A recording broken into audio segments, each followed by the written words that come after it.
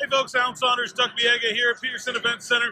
Just about 50 minutes of tip-off here between Pitt and Duke, number 2 team in the country. Big game, big atmosphere. They beat the zoo behind us is already full. Should be a big game. What are you looking for, Doug? Man, I'm looking just to see how the Pitt kids handle this type of atmosphere. You know, you go to Duke, you're used to having this kind of following, you're used to having this kind of electricity. It has been a long time since the Pete has felt like this. Like you and I spoke about earlier, the North Carolina game was crowded, but that was a noon game. It was not like this. There is palpable electricity in here tonight. I'm real curious to see how the Pitt fans and the Pitt players react to this type of atmosphere.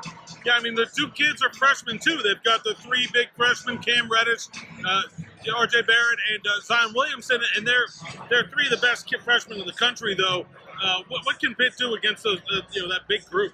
Well, I mean, I guess you would have to look at who has had success against Duke, which would lead you to Syracuse right away most recently. And I look to see a lot of zone out of Pitt tonight. Now, obviously, Pitt doesn't have the size that Syracuse has, but I look for them to zone because you really can't go man-to-man against a guy like Zion Williamson. Nobody can, maybe not even at the next level. And I'm real curious to see Pitt's guards match up against Duke's guards, especially now with Trey being out. Yeah, with Trey Jones out, I think Pitt actually has its offensive game available to it. I think Xavier Johnson and Trey McGowan will be able to drive against Duke. They'll be able to get to the inside. Now, I don't know if they can get to the rim, but they can slash.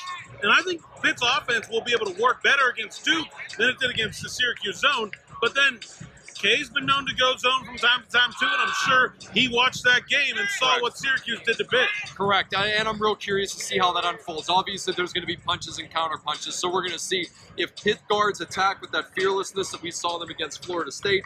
That's something special. Foul trouble can play a factor in this, too. If McGowan is going to the rack and he gets Zion Williamson or Reddish or one of those guys in foul trouble, that changes the whole complexion. Just baseline thoughts here. Pitt's got the number 2 team in the country at home. They're a 12.5-point favorite. How can Pitt come out of this game with good feelings? I mean, just this game alone is good feelings. There was not an atmosphere like that for the last 2 years. Just this atmosphere alone. You had students that were here at 8 o'clock in the morning looking to get in. That hasn't been around here. The good feelings are here. Pitt has arrived. They're back on the scene, and they could use this as a springboard. They got to keep it close, but it's not imperative that they do. They could win the game. Stranger things have happened, but it's just this atmosphere alone is a springboard for this program. Doug Biega, I'm Alan Saunders. Thanks for watching Pittsburgh Sports Live. More after the game. Enjoy it.